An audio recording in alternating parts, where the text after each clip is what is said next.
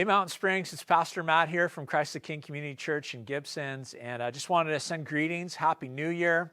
I know you guys have made the decision, probably wise decision this week and next week to be at home and just rest and make sure everybody gets healthy. So just want to let you know that we love you. Our church is praying for you guys, and we'd appreciate your prayers. We got sick people around our church too. And I know that your elders love you. Pastor Joel loves you. Everybody's praying for you, and you guys just need a bit of time to get healthy. So my good friend Pastor Joel asked me to do this, if I would share the Word of God with you. And so last week I taught a message at our church that I thought might be a good fit, and Joel said it goes along the lines with what you guys have been talking about in your church. So greetings from Gibsons. Hope you guys are all doing well. Hope you enjoy the message. God bless you guys. We're praying for you. Lord, this morning we bless you. We thank you, Jesus, that you gave your life as a ransom for our sin, Lord. We thank you for this past year, all the ways that you've led us, Lord, and protected us and shown your faithfulness to us because you're good. And Lord, we just thank you that as we're headed into a new year here, Lord, we just want to give it to you. We want to commit it to you and pray, Lord, that you would have your way in our hearts and in our lives and in our church, God, because we trust you. We trust you, Lord. And what a wonderful thing that is, the hope that we have as Christians to trust Jesus.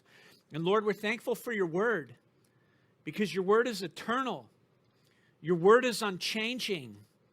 And it declares the message of the gospel to us. It presents to us and reveals to us the person of the Lord Jesus Christ so that we would know about the Father and his kingdom and the ways that you're at work, Lord. And so we just thank you, Jesus, that you're our Savior. We pray, Lord, as we turn to the Word of God this morning, that you would give us ears to hear you, eyes to see you, Lord. Pray, God, just for the gift of teaching, for the spirit of prophecy. We pray, Lord, that our hearts would be turned towards Christ this morning. And so, God, we give you this time in Jesus' name. Amen. All right, you may be seated. Okay, so got your Bibles. You can turn with me. Where are we going first? I forgot now. What's that text I got on there? 1 Timothy. 1 Timothy. Often in the new year, maybe you haven't been around here in the new year before, kind of around Christmas season, that time of year, we pause on the teaching series that we're in. We've been in, of course, 2 Samuel. So we spent a couple Sundays looking at the Christmas story. And then often in the new year, I just like to touch down on things that are kind of burning in my heart and things that I've been thinking about. And so I thought we'd do that this morning. And I've been, like all of us with a new year change, reflect. Is it okay that the heat's on, or do we want the fans off in here? Want them off? Okay, I got the off. Can we flick that one right there? Because it's kind of noisy in here. It's just that it was so cold this morning. So, like all of us, feeling reflective over the past year. In fact, you kind of want to put the last 2 years together, don't you? 2020 and 2021. And think about all of the goings on in the world and everything that's been happening. And obviously, as a pastor, I want to have my finger on the spiritual pulse of what God's doing, saying, Lord, what are you doing in the world? What are you seeking to do in our church? What are you asking of us? What is your heart for the church locally? And certainly 2 years of COVID attached to our lives, it's changed the church. Have you noticed that? It's transformed the church. And it's not the same, and I would say this, it's not all bad. Hey, you're going to listen to the ramblings of a madman this morning, okay? No, not quite like that. But I just wanted to share my heart and things that I've been thinking about. And maybe the Lord spared people by keeping them home this morning. I don't know. But I think about the church and how it's changed. And it's like, not everything is bad and not everything is good about it. On the good, I think, wow, the gospel has gone forth via online platforms in ways that we could have only dreamed about prior to 2 years ago. And that's awesome. The gospel reach has exponentially exploded. On the bad, I think about the physical gathering of the church. It's totally transformed. Over the holidays, we spent some time with Pastor Fred, and we were yapping about our churches and what's going on in his community. And what I found is that every time I speak to a pastor, whatever community they're in, they tell me the same story, that their church has totally changed, that people have disappeared, people have appeared, they don't know where some are, there's new folks, and it's not a statement of condemnation. As I say that, it's not a statement, that's just a statement of fact, okay? So that's not like condemnation for anyone, wherever you're at. I also find this, that I hear lots of weariness from church leaders. And churches are wrestling through issues of character, leadership, reputation. So often I hear this concern that is primarily directed towards how the community will respond to the actions of the church. And it seems to me that concern for reputation drives a lot of decisions rather than making decisions on character. And I feel like the Lord, like I've mentioned this to the church before, I feel like the Lord for a while has been asking me this question and been leading me to this spot where he's saying, you can make decisions on the basis of reputation, or you can make them on the basis of character. Now, which are you going to do? And as I thought about that, I've come to realize that if the church makes decisions on the basis of reputation, then often you're operating in the fear of man rather than the fear of God.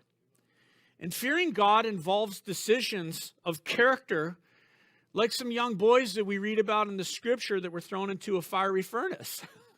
They made decisions of character. And as I heard recently, sometimes faith will lead you into the fire, and sometimes it will save you in the midst of the fire. And often in life, I don't know, we all know this is true. It's like, how often in life do we know outcomes?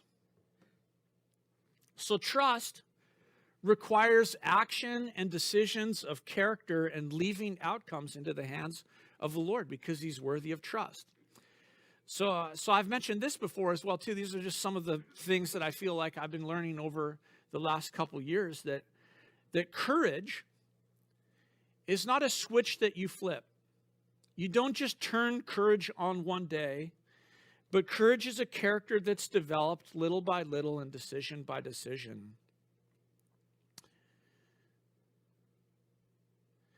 And thinking about the last couple years, the backdrop of COVID and the church, I have to say that for a long time, I thought that the church was as I'm trying to have my pulse on things, I thought the church was primarily maybe fighting not against a pandemic, but against worldly powers or spiritual authorities.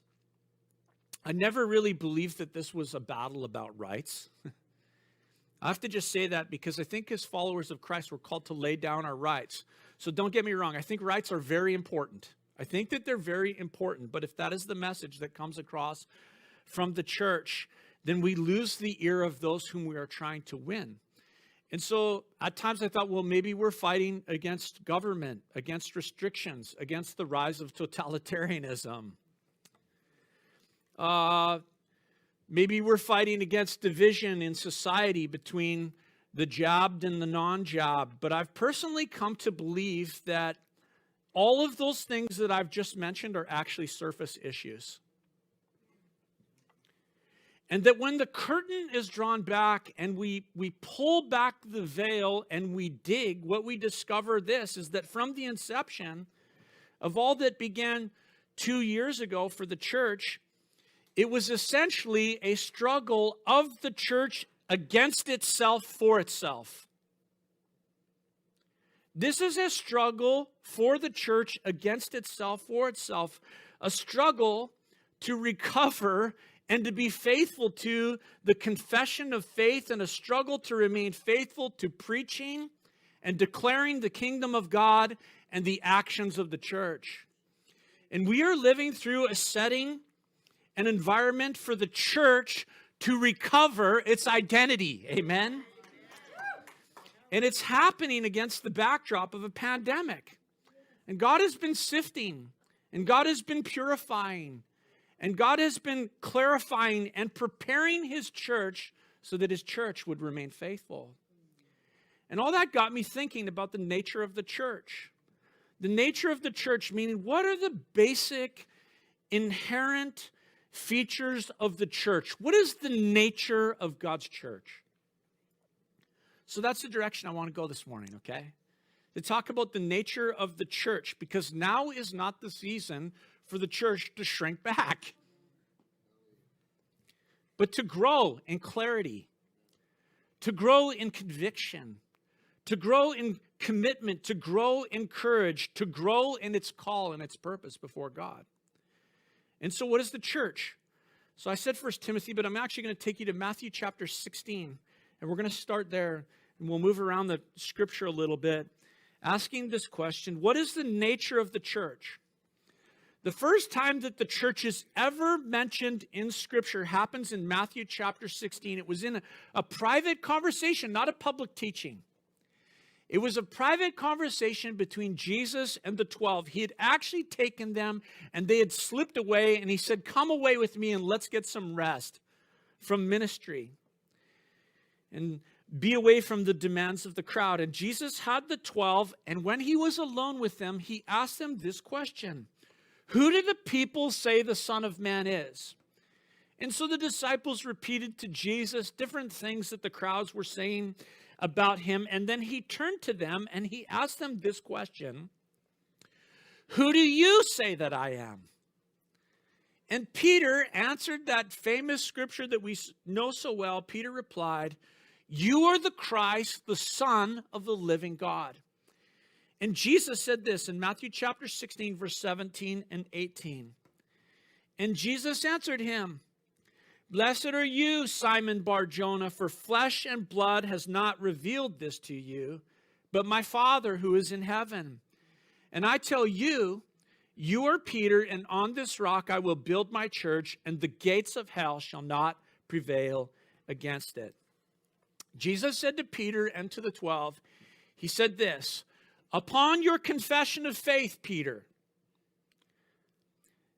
that Jesus is the Christ, the Son of the living God, I will build my church."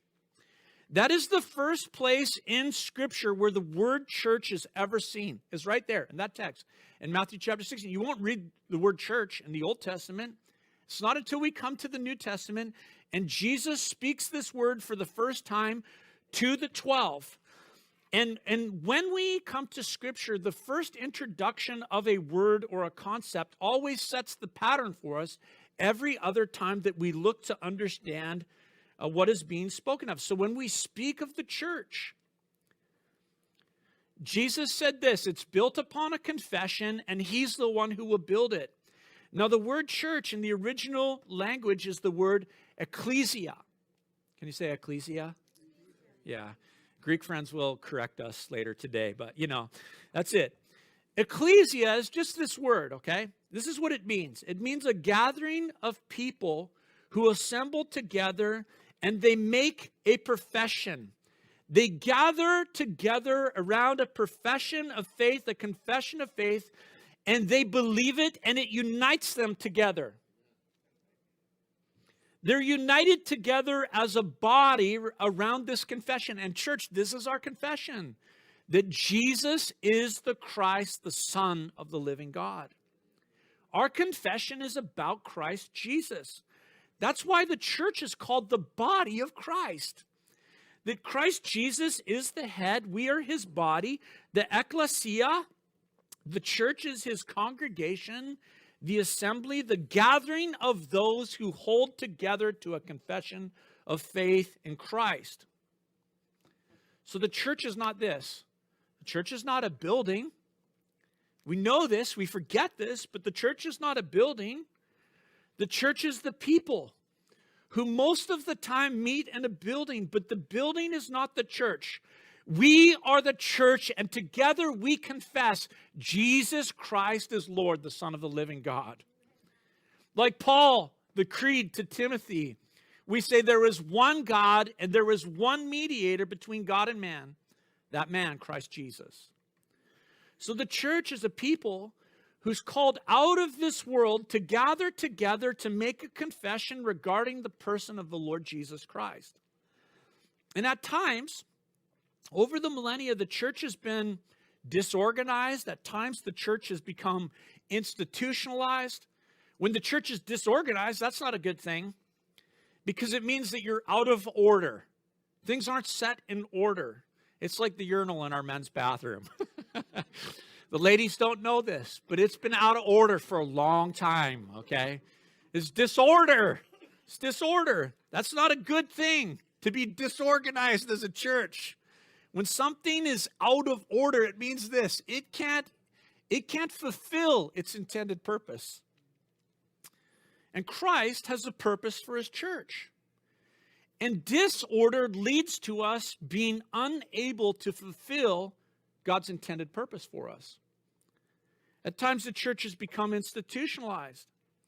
And when that happens, it's nothing more than a religious organization. All the structures that are in place, well, they're all in place, but life is missing. That's what I think of when I think about an institutionalized church. The people begin to serve the structures rather than Christ, which results in a slide into apathy where the institution only exists for the purpose of itself and it loses touch with its intended purpose. So on one extreme, the church at times can slide into disorganization. On another, it can slide into institutionalization. But either is the fruit of the same root. The church has lost its sense of purpose. Now, outside the gathering of God's people, outside the body of Christ, outside of those who confess Jesus Christ as Lord, the Son of the living God, people who are not a part of the body of Christ are dividing. The culture is being splintered. Communities, families. I mean, probably happened in your family over the Christmas season. Society dividing on the basis of compliance or non-compliance to government-mandated policies and medical procedures. And churches are participating in that division. You know, just yesterday I was having a conversation with someone and they told us about a Catholic friend who's just said this: I wish all non-compliant people would just die. Division is the flavor of the day. Division is the flavor of the day to government mandates, but not, church, not in the church of Jesus Christ. We do not gather on the basis of compliance or non-compliance. We gather on the basis of a confession of faith. We boldly and unashamedly confess Jesus Christ is Lord, the Son of the living God. And skin color doesn't matter to us. Cultural background doesn't matter to us. Language, ageism, sexism are non-issues in the church of Jesus Christ. If you're rich, you will not receive favoritism here. If you are poor, you will not be scoffed. If you are a meat eater or a vegetarian, guess what? I'll still eat your food. Whether you're circumcised or not circumcised, I don't want to know. Compliance to mandates is not our confession. Jesus Christ is our confession. And for our sake, God made him who knew no sin to be sin for us, that we might be made the righteousness of God. He is the Christ, the Son of the living God. And he called us to gather in his name and to worship him. And the truth is that outside of Jesus, there is no safety. None. Doesn't matter what actions you take to preserve your life. If you are outside of Christ Jesus, you will die and you will face an eternity forever separated from his presence in hell. And that's a tragic, awful thing. But if you will confess Christ Jesus as Lord, then he promises you this: he will give you the free gift of eternal life, and he will set you free from the power of sin and death. If you confess Christ, and I would just say this: if you confess Christ and yet are gripped with fear in the current environment, I would encourage you to take a hard look in the mirror. If you're saved and you're living for carnal things, fear will grip your life. And fear always reveals our idols, church. Fear always reveals our idols. And we're to follow our fears to our idols and repent. Because the Word of God says this, that he whom the Son sets free is free indeed. The Word of God says this, that perfect love drives out fear. And salvation, it can't be earned. It is the unmerited gift of God through faith in our Lord Jesus Christ. And the Word of God says that if anyone is in Christ, he is a new creation. He is a new creation.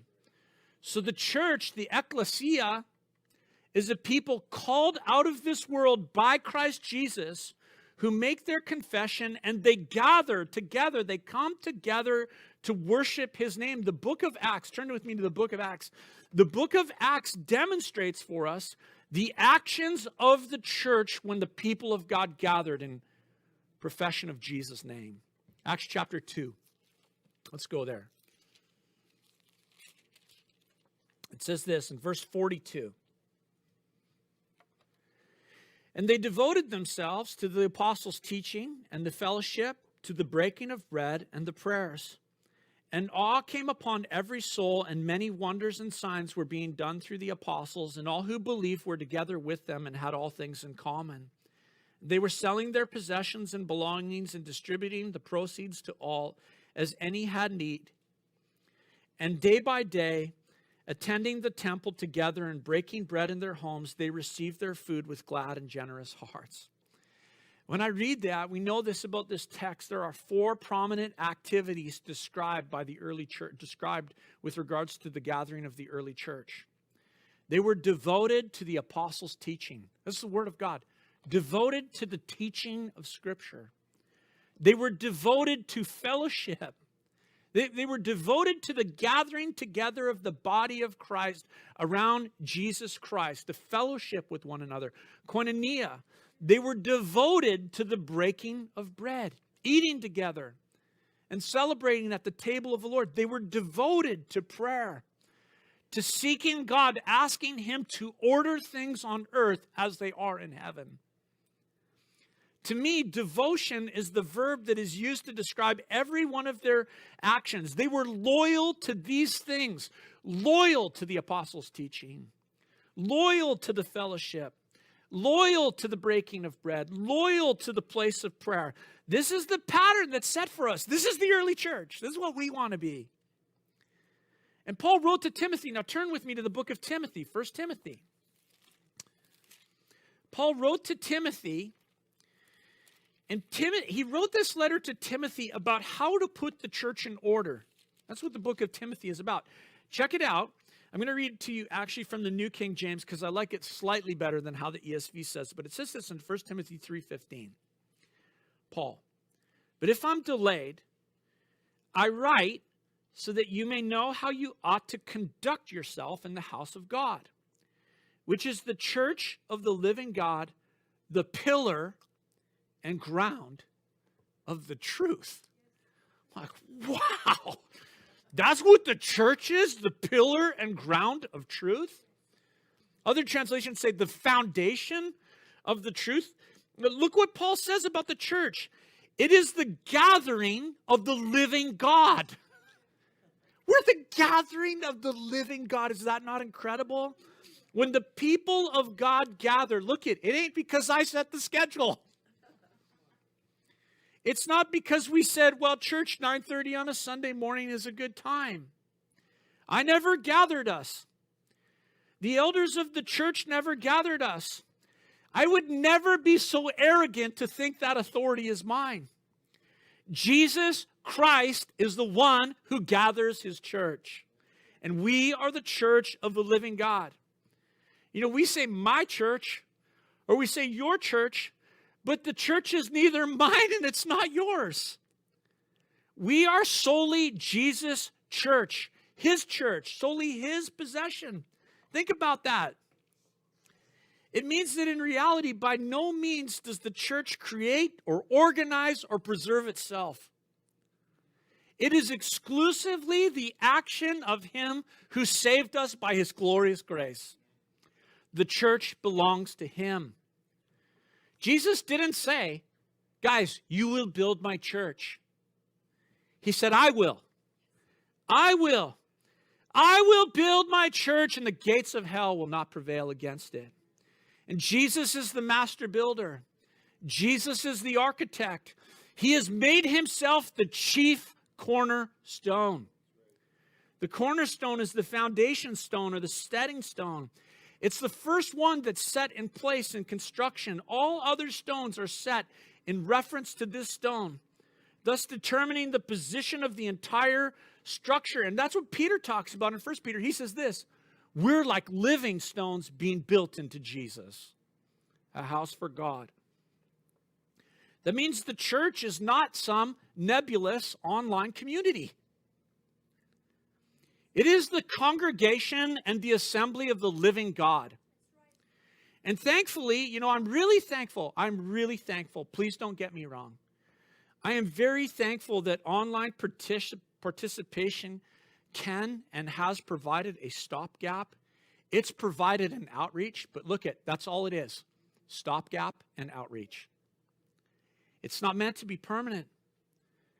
And Paul said to Timothy, the church, Timothy, is the pillar and the foundation of truth, the ground of truth.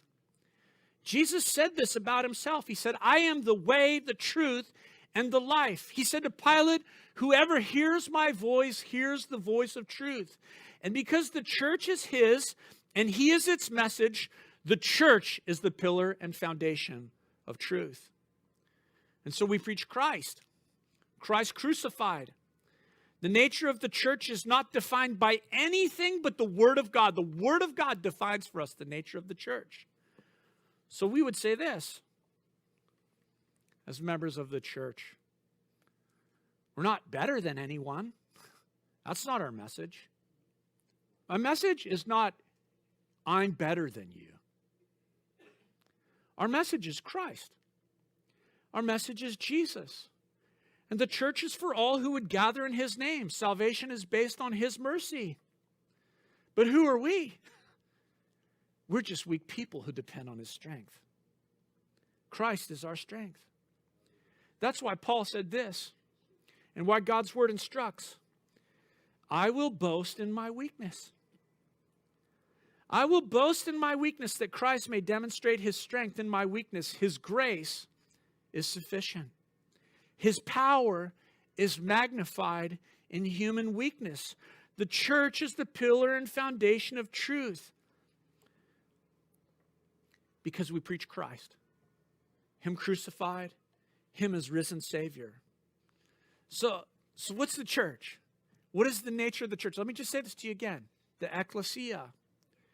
The church is those called out of this world into fellowship together with the living God on the basis of a confession of faith. Jesus is the Christ, the Son of the living God.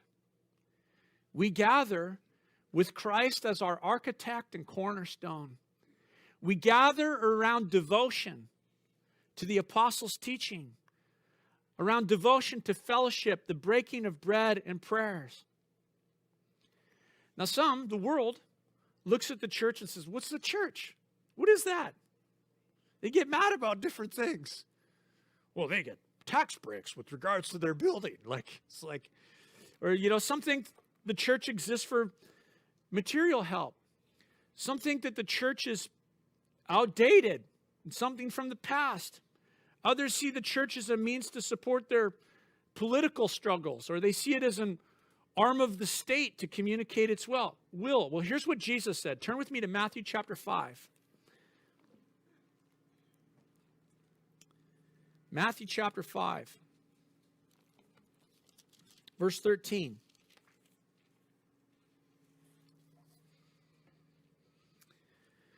Jesus said, you are the salt of the earth.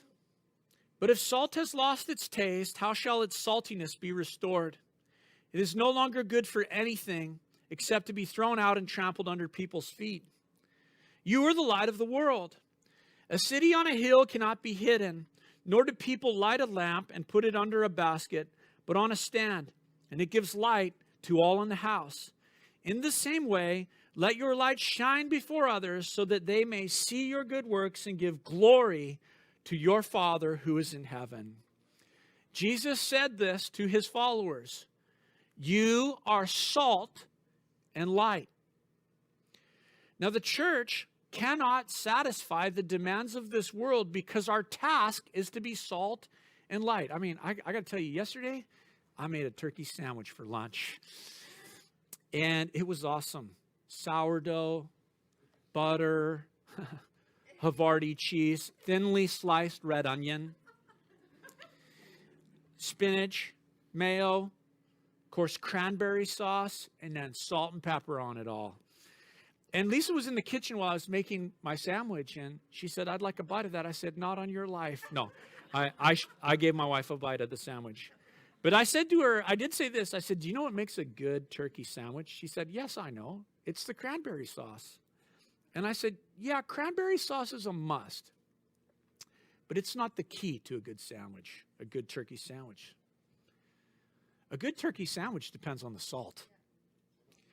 On a turkey sandwich, salt does this. It sharpens all of the flavors of the turkey. It enhances all of the flavors, and it makes the variety of flavor pop when you sink your teeth into one of those.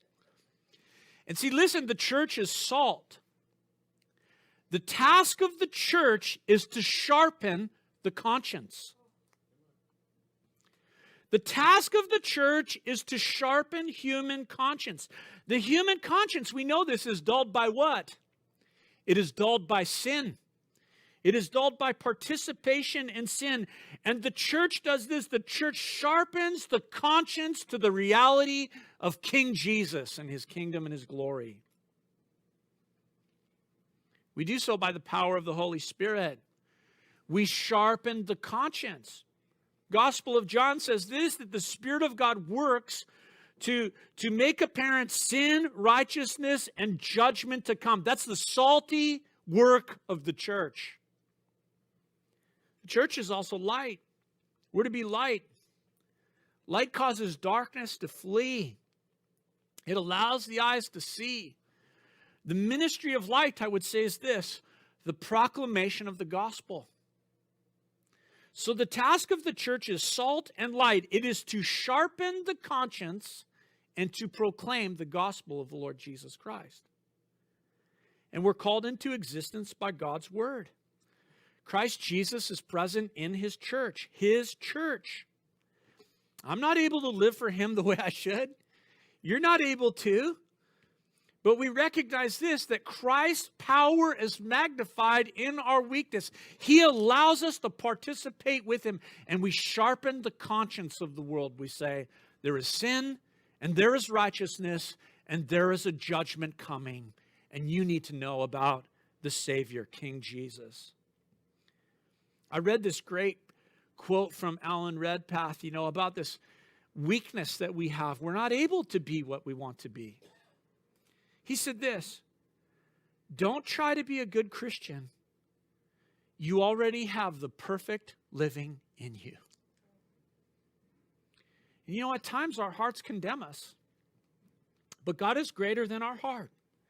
And he knows everything. And because the living Christ, the one who defeated death and the grave, the resurrected one, is present in his church, Christ Jesus is our strength. That's why the Word of God commands us to be courageous and not afraid. It's why the Lord said to Joshua, have I not commanded you? Be strong and courageous. Do not be frightened and do not be dismayed. And the nature of the church is not defined by anything but the Word of God. And so it means this, as salt and as light, the church has to be free to proclaim the Word of God, because the nature of the church is to sharpen the conscience and to proclaim the gospel of our Lord Jesus Christ. Now, the church has an enemy. The enemy of Jesus, Satan. Satan is the enemy of the church because he is the enemy of Jesus, and the enemy will do what he can, catch this, to dull the church. The church is to be sharpeners of the conscience. And Satan will do what he can to dull the effect of the church, and he will also do this. He will do what he can to silence the message of the gospel. The church is called to sharpen and proclaim. Satan's work is to dull and to silence. Peter said this, 1 Peter 5:9, resist him and be firm in the faith, knowing that the same kind of sufferings are being experienced throughout the world. Resist him, Peter said. Be firm in the faith. Verse 10, and after you have suffered a little while, the God of all grace, who has called you into his eternal glory in Christ, will himself restore, confirm, strengthen, and establish you. To him be the dominion forever and ever. Amen.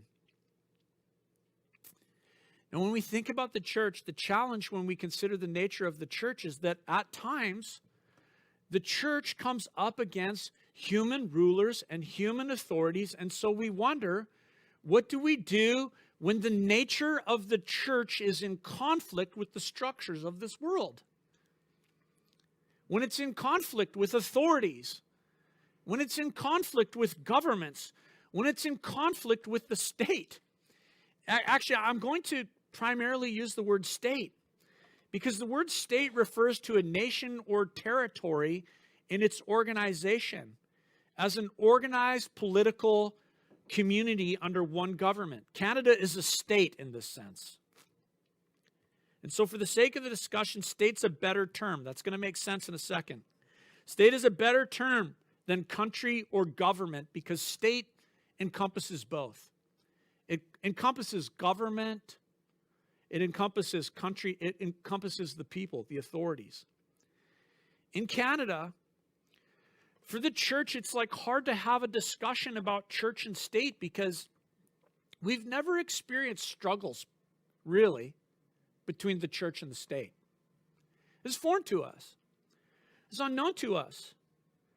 Because we're a Commonwealth nation. We were founded on Judeo-Christian principles. Those values are built into the structures of our law and our courts and our Constitution and the history of our nation. And as Christians, we recognize this. Christians recognize this. We look around and we go, it's eroding. It's eroding.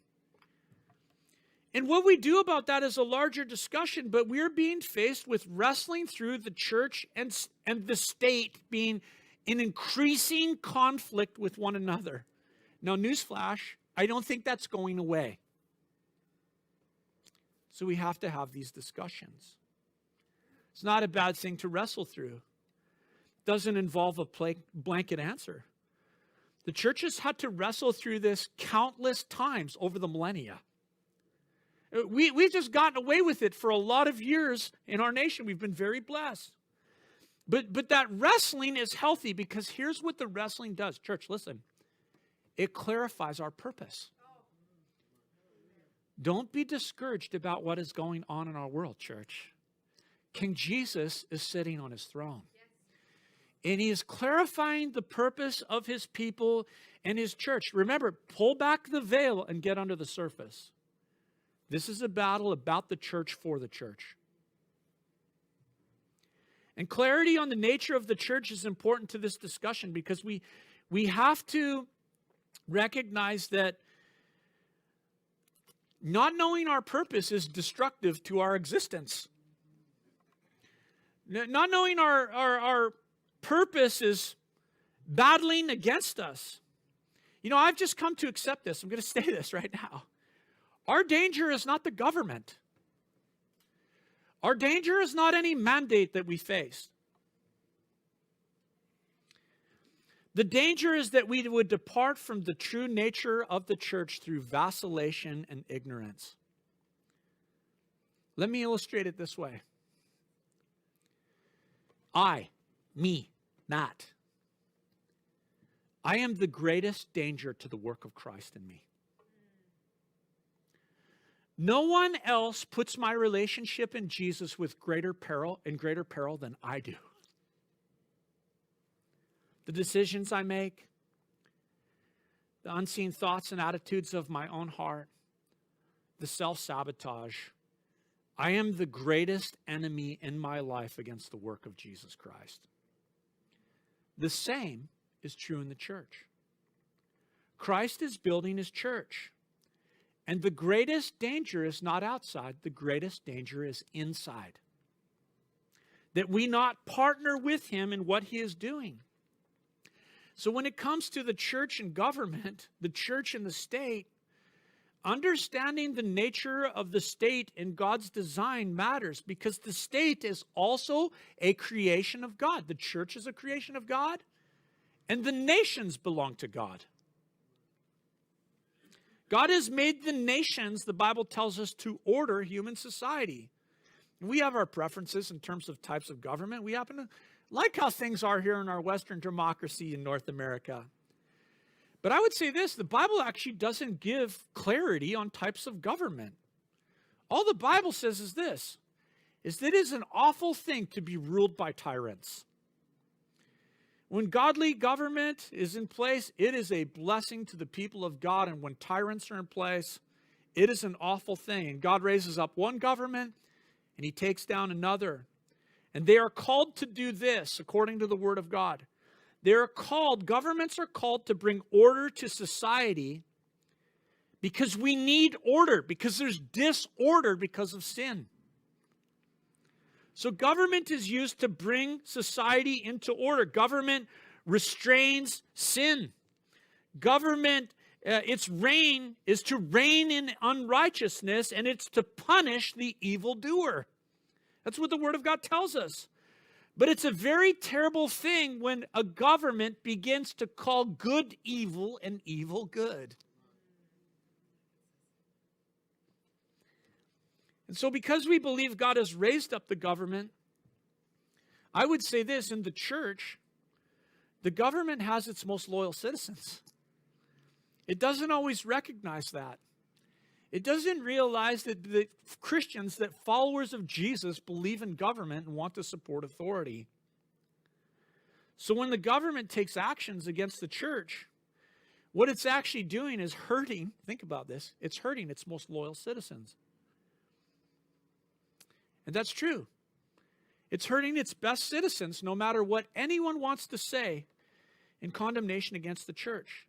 Now, the Bible tells us that we're called to be obedient to rulers. But when rulers decide to make decisions to the harm of the welfare of the state, and it hurts the church, then we have to decide. We go into this point of wrestling where we say, well, do I obey the state? Do I obey God rather than men? And obedience to rulers, as we're instructed in the scriptures, this is important because this is being missed and confused in the church these days. Obedience to rulers is not a command to deify the state.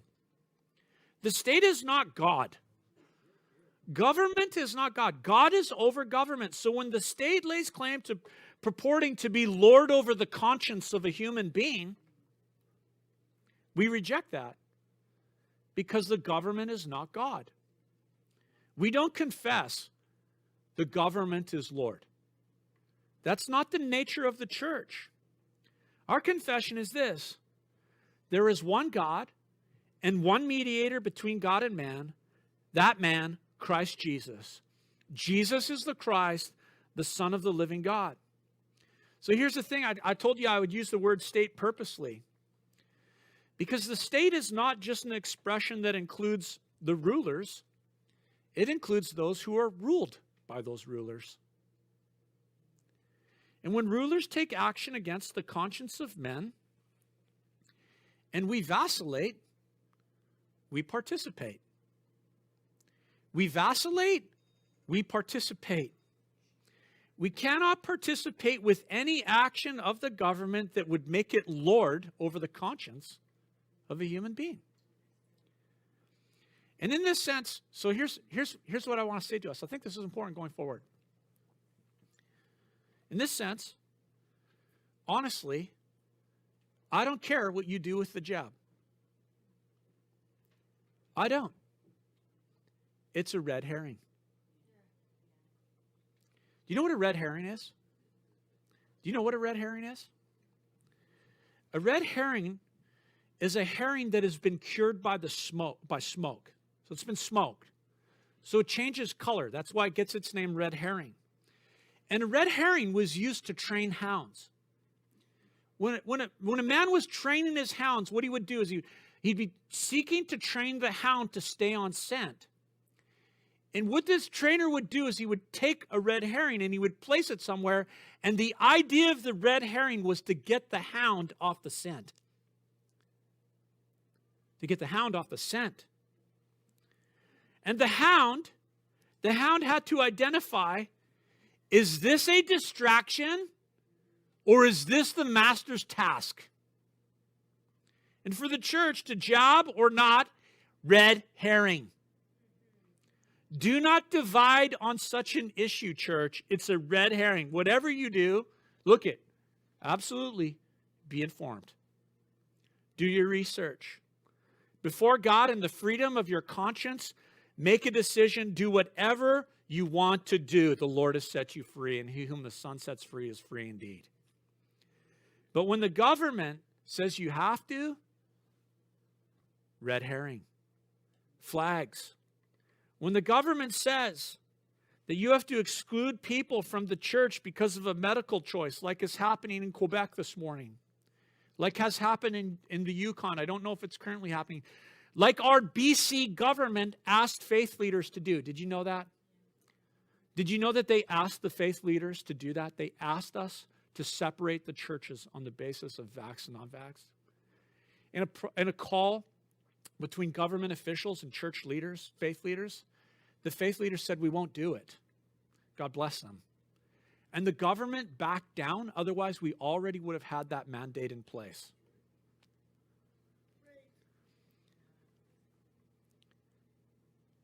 We have an obligation, I would say, to disobey and to hold to the nature of the church in our ministry as salt and light. And if it brings trouble for the people of God, then it brings trouble. We cannot confuse the nature of the church. The church exalts Jesus. The church confesses Jesus. The church is devoted to the apostles' teaching, to fellowship, to the breaking of bread, and to prayers. The church sharpens the conscience of the nation and the community and the peoples around us. We proclaim the gospel. And so it's important that we do not attack people on the basis of their choice in either direction. Don't defend yourself, Christian brothers and sisters, on the basis of your rights. Little children, let us love one another. We owe the world the gospel. We owe the world Jesus.